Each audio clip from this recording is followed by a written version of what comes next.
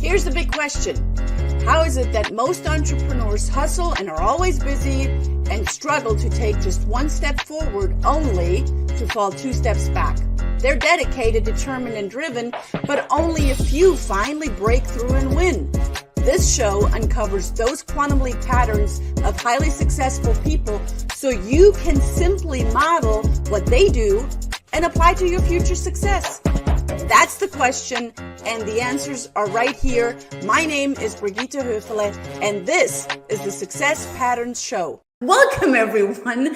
I'm still getting situated here. You still hear a little bit of an echo. We're still working all of the kinks out in my new office. My name is Brigitta Hoeferle. I am so honored and excited to be here with you on the Success Patterns Show yet again, where we put the do in learn, do, teach. I'm the founder of the Success Patterns Movement and the CEO of the Center of NLP. And people ask me, success patterns, Brigitta, what does that mean? Well, the definition of success is an interesting thing because can we all agree that success is defined by each individual success seeker? It's not limited to either business or personal life. It's a unique concept, and everyone has their own definition around it. In this show, we give you the scaffolding so you can build your empire, because when we decipher, when we look at patterns and we become aware of patterns and we are decoding patterns that led to other people's success, we can then encode it for our own success today. Because as humans, we're hardwired for hands-on application. I was always going to say online application. Hands-on application, you guys, by a living teacher, and you got them right here. We're not theoreticians, because they kind of just talk a good game, but don't really walk it.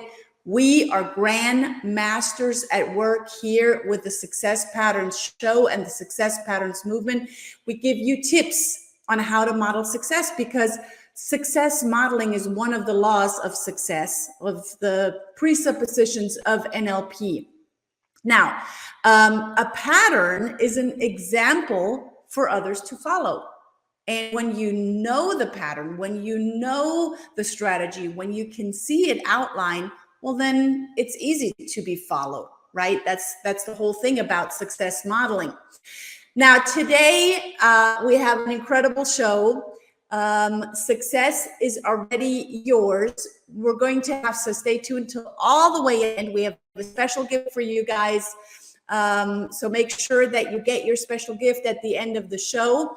And today's a great show. Why? Well, you are here. That's why. We're going to bust the myth that knowledge is power. How many of you have ever heard that knowledge is power, right? I'm going to say it's the exact opposite. When we look at success, when we look at sales, and if I were standing in front of a big room, which I am, it's the world out there, I would ask everyone by a show of hands, how many of you are in sales? You know, and some people might raise their hand. Other people might be looking around like, I'm not in sales. I don't do sales. That was a trick question. We all are in sales. We are in sales, may be exchange for a service or a product against money, or may be an exchange of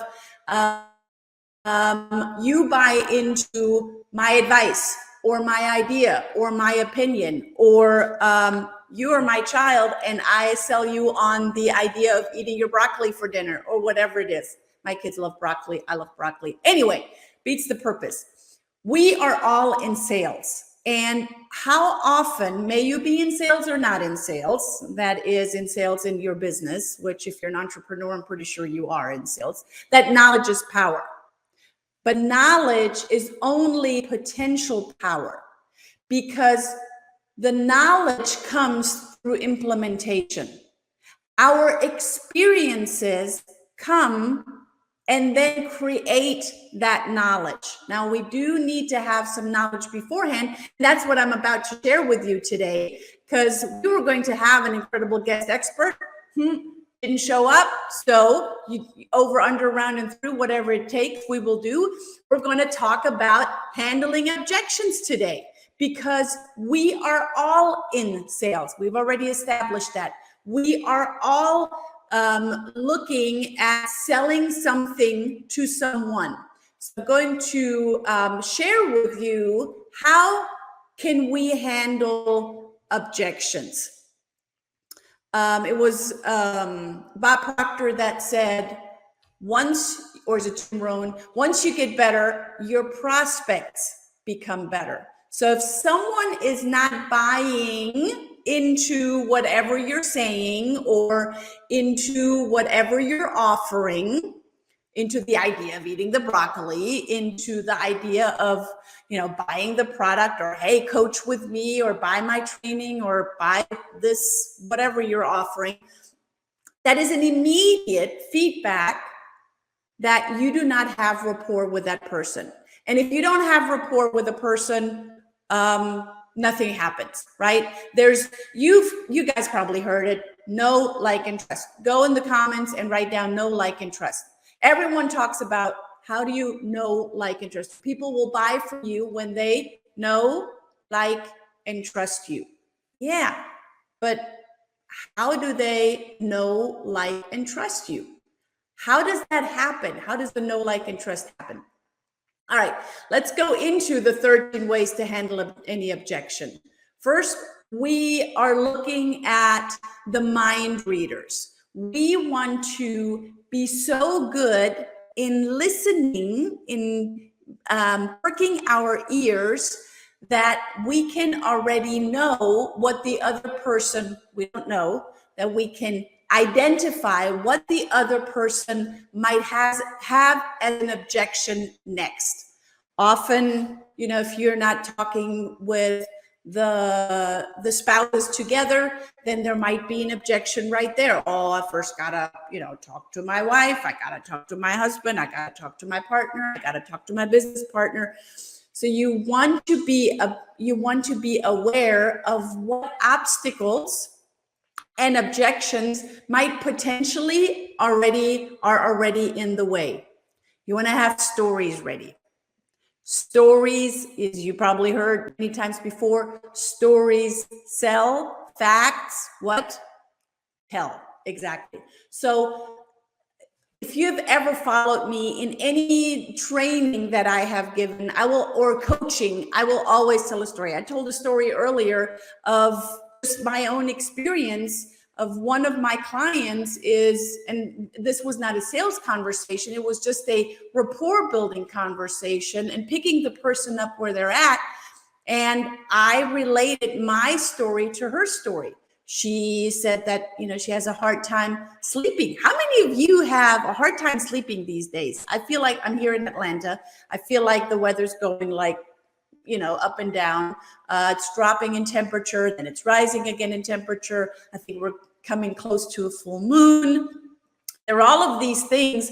And in order for someone to know, like, and trust you, you can build, or you can tear down a potential barrier by picking them up where they're at with a story, with a relatable story. The story must have some sort of point and some sort of impact to really, don't just tell a story of, oh, and by the way, I went out with my dog this morning and he sure did a big old, no, it's got to have a point, right?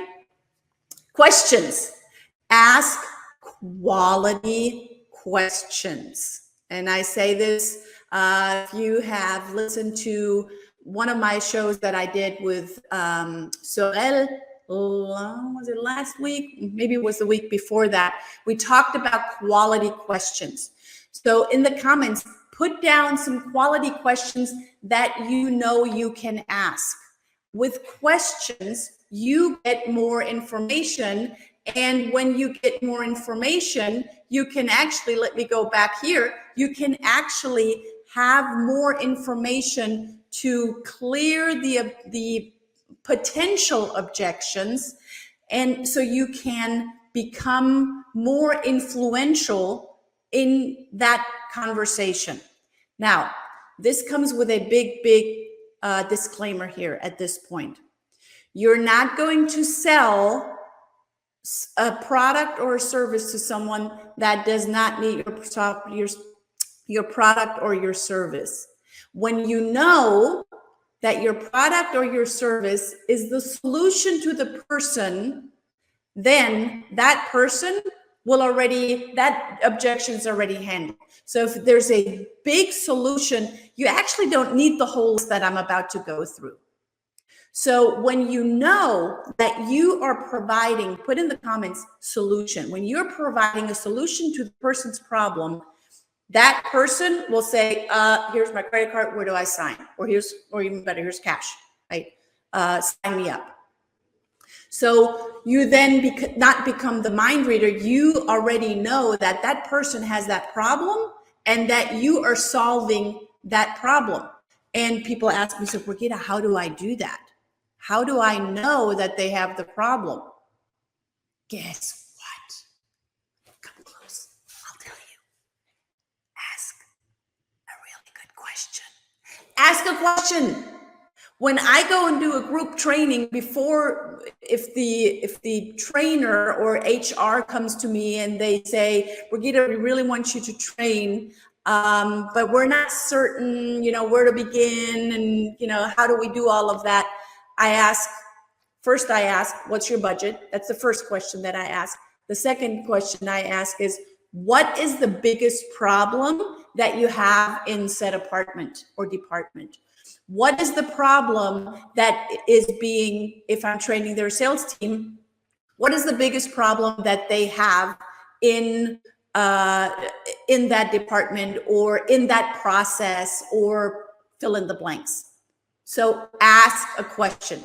By the way, guys, it's starting to, you probably already seen it, the lights are flickering. It's starting to thunder and storm and rain. So if I go out for a few seconds, I will be back. All right, so ask questions. Solve the problem. Isolate the problem. Isolate the problem. Turn up the heat. Turn up the pain as you're isolating the problem. Bring it out. Allow the person or the department head or whoever you're communicating with, make it so vivid and so palatable and tangible that it's easy for them to then investigate and know that you have the solution, that they know there is really no more questions. There is really no more mind reading. There is really no more storytelling, because you have identified, isolated, investigated, and you're going to handle anything else that comes up before it comes up. So you're going to handle that objection beforehand.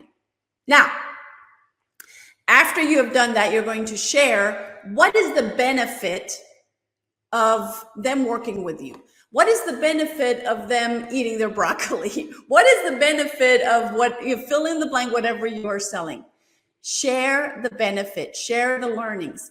Here goes a story. I put in a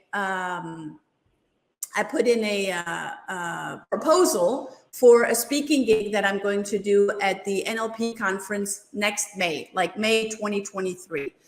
And in that proposal, I put in what the listener, the audience, and it's a very big audience, what they're taking away from the learnings. What are they taking away from when I speak, from the speaking engagement? So sharing the benefit, sharing that there is no risk. Now, there are some personality types that love the risk.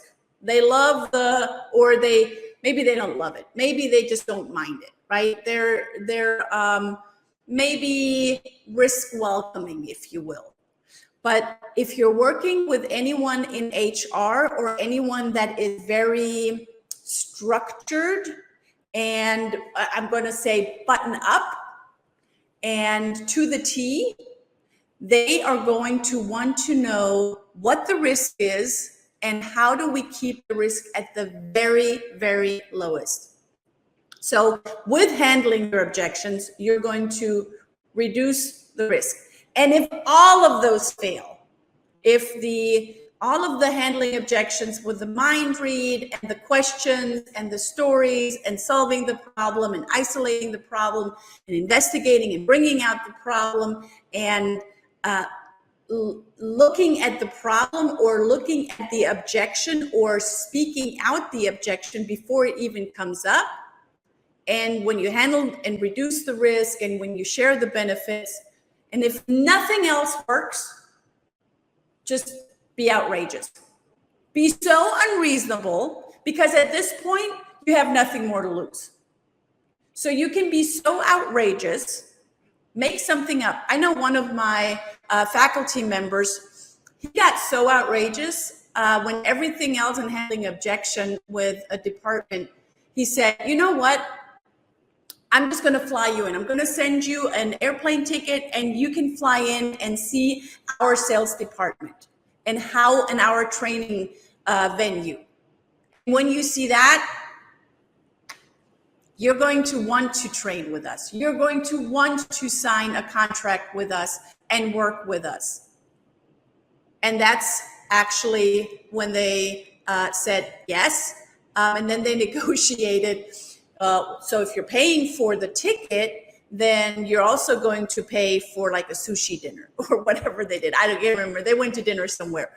So you want to be so unreasonable. You want to think about you have nothing left to lose. So be outrageous. I like to be outrageous. I think outrageous is part of my, I know outrageous is part of my code of honor. So and that takes guts, that takes balls, that takes knowing that over, under, run, and through, whatever it takes, you will do, that you're going to do that. So then negotiate, be clear what you, where your boundaries are. Like, okay, so you're paying for the airfare, you're paying for sushi dinner. Where does the buck end? Where does the buck stop? Where is your boundary? And what else could they want where you're going to say, okay, no, now, outrageousness is awesome, but now we're done. So know how far you want to negotiate. Have clear boundaries. And ask them, what else needs to happen in order for us to work together, in order for you to eat your broccoli, in order for whatever the objection might be or the potential objection. Asking, that's a great question. That is one of the quality questions. What would need to happen? So I want to make time. Let's see. We got Brian Kelly. He says, be unreasonable. Yes, totally. Be unreasonable. Be unreasonable. Negotiate. Have fun. You know what? When I look back, and my husband would probably say that I'm a natural at this, but now I know the patterns. That's why we are here, so we can kind of decipher the patterns so you can then use them in your own life if it doesn't come natural to you. Because here's the thing, if it comes natural to you, that means that you don't know how to reproduce it, or you don't know how to multiply it. By the way, guys, if you could see outside, it is raining cats and freaking dogs. I'm glad that this internet is somewhat stable at this point. When you are able to know the strategies, as I'm sharing them with you on handling objections, then you can be more certain in taking one of those strategies. Now, I just shared 13 with you. Choose one that you can practice. If this is new to you, choose one that you can practice and then start implementing it. The more comfortable, let me use a different word. The more confident you are with going out, negotiating, asking great questions, building rapport with someone, starting to mind read, or just telling a story. the more comfortable, authentic, and you, I mean you, the more you are, the more authentic you are, the quicker you can build a relationship with someone else. And that in return, again, means that you got to be really comfortable in your own skin. So before you take any of these 13 ways of handling objections, know that it's okay to be you, and know being you is actually really, really good. So in the comments, why don't you write down, hey, it's great to be me. Because when you're you, you accept yourself and you can be accepted by others. When you are you, you can accept to be outrageous. When you're you, you can accept to tell a story, maybe even a vulnerable story. Yes, I'm going to put this here.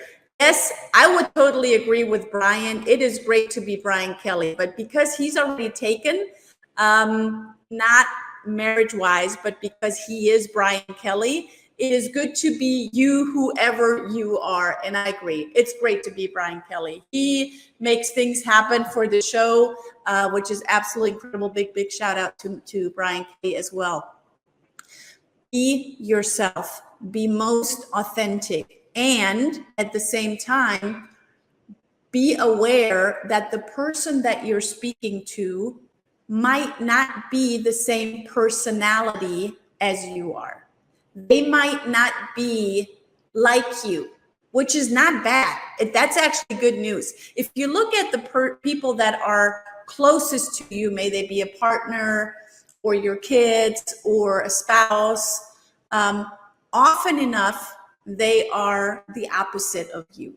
They compliment you. But when they compliment you, you know, once I heard a speaker say, opposites attract and opposites attack.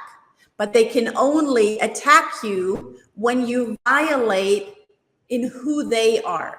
Because if it's good to be you, then for them, that also means it's good for them to be them.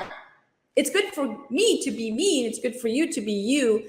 And yet, it's okay and it's necessary for me to understand and relate to your personality type. Because you and I are probably not the same personality type. That's not bad. That's just what is. And when you know that, I can actually build a relationship. I don't know if you just heard that, but that was the biggest thunder I've ever heard. So it's good to be each an individual person. So I leave you with that. This was not planned for today. We had a guest expert today that just didn't show up. And I said, you know what? This is a perfect time for me to share this with you. I would love to hear from you in the chat box in the comments. As I said, I have a gift for you.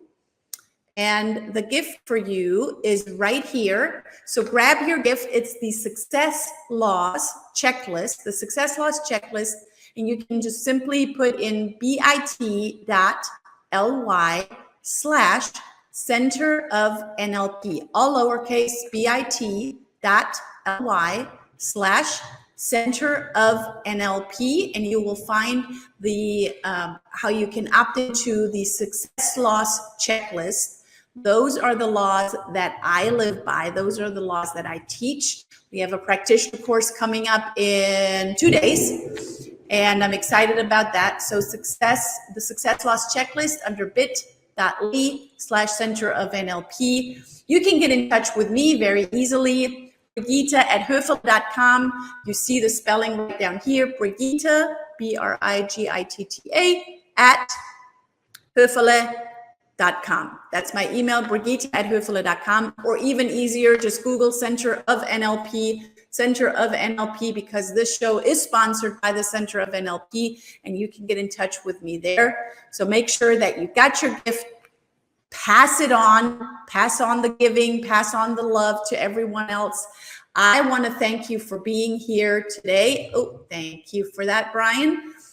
bit.ly/center of NLP. Thank you for that. And with that, I leave you. I honor you. I appreciate you. And I want to hear from you guys. If I ever have another guest expert that doesn't show up, what else should I prepare? I mean, I have a lot of trainings prepared that I can choose from, but I want to hear from you. What do you want to learn more about?